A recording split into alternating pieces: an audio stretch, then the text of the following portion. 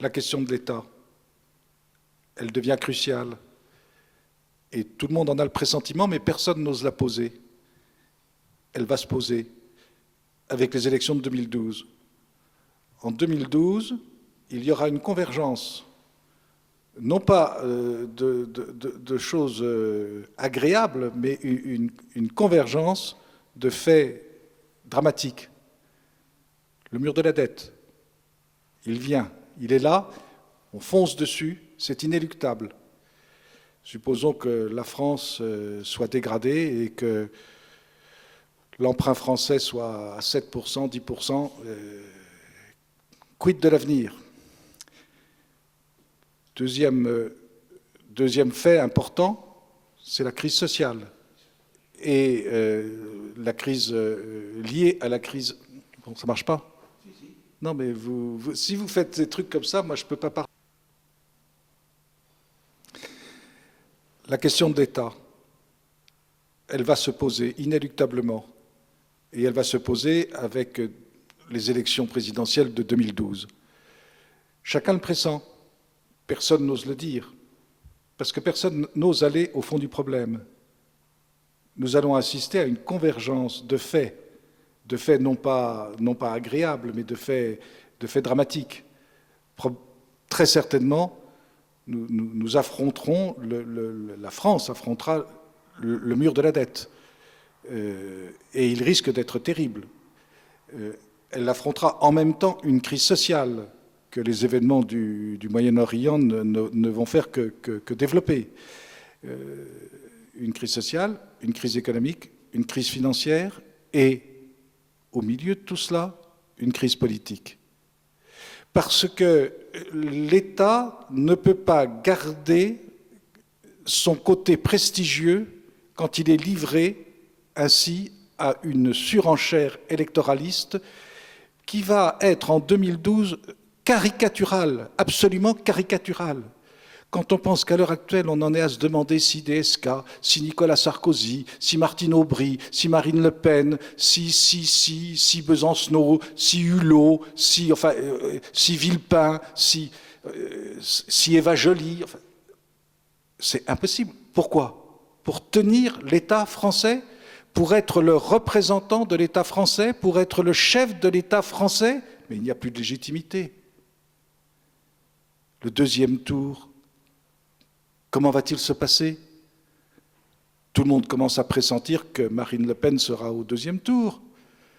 Bon, alors il y a des gens qui poussent des cris d'orfraie, et ça rentre même dans des stratégies électoralistes, parce qu'on se dit « Ah, si c'est moi qui suis en face d'elle, du coup je gagnerai, je forcerai l'adversaire à voter pour moi. » Mais enfin, c'est monstrueux de mettre la plus haute charge de l'État français dans une telle condition de chantage. C'est inadmissible. Les Français en ont le sentiment.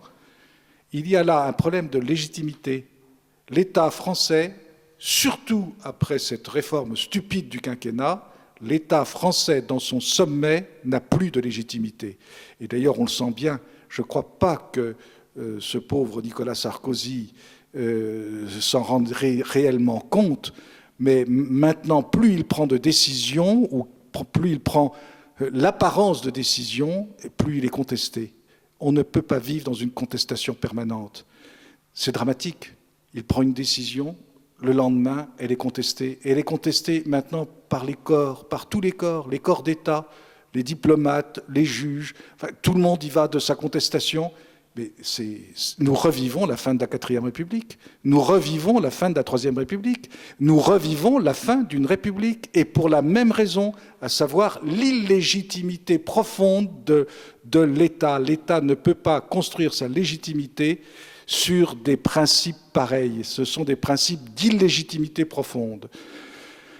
Alors, eh bien, il y a quelque chose de dramatique qui va se produire dans les mois qui viennent, dans les années qui viennent. Qui sait?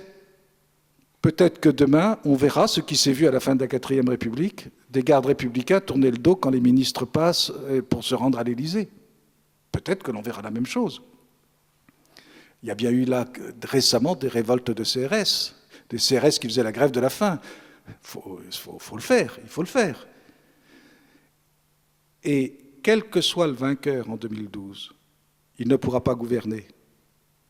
Il ne pourra pas gouverner parce que son élection se sera passée dans de telles conditions qu'il sera impossible pour lui d'avoir ce minimum de consensus qu'il est indispensable d'avoir dans un peuple pour pouvoir véritablement gouverner. Il n'y aura plus de dynamisme.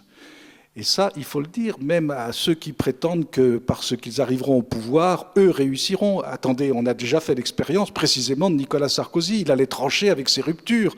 Ben, ces ruptures n'ont abouti à rien, ou à très peu de choses, à des choses insignifiantes. Il faut restaurer la crédibilité de l'État. Et cette crédibilité de l'État, il faut la retrouver d'une manière historique et retrouver cette légitimité dans un ailleurs, dans un ailleurs. Pourquoi a-t-on fait appel à De Gaulle en 1958 ? C'est parce qu'il prétendait avoir une légitimité d'ordre historique. Pas du tout parce que sa légitimité était républicaine. Alors c'est vrai, il a sauvé la République. Alors si la République c'est l'État, soit. Alors je crois que le modèle gaulliste est un modèle qui est du passé. C'est le modèle bonapartiste. Où est le Bonaparte de demain? Où est le De Gaulle de demain? Où est le Pétain de demain? Il n'est pas là. Personne ne le voit. Alors je crois qu'il y a quelque chose sur lequel les Français doivent commencer à réfléchir. En tous les cas, les meilleurs d'entre eux, il faudrait que dans les sommets de l'État, on se dise si demain il y a une crise de l'État majeure, il faut trouver une solution, et pourquoi pas la solution historique de la France.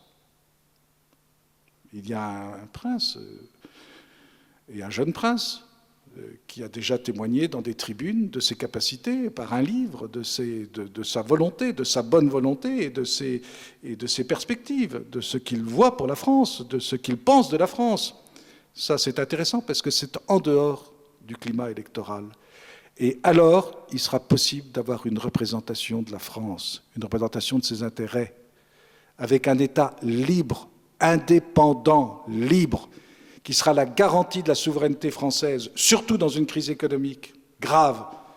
Retrouver l'indépendance, y compris monétaire, y compris financière. Sous quelle forme?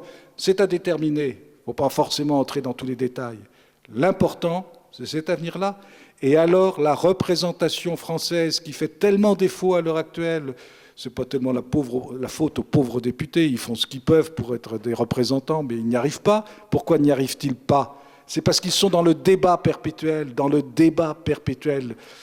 À partir du moment où la question de l'État sera tranchée, il sera possible d'avoir une représentation réelle des intérêts français, une représentation des Français réels. Et là, il sera possible d'avoir une véritable activité législative. Voilà des perspectives d'avenir. Voilà. Faudra-t-il passer par un drame? Toute la question est là.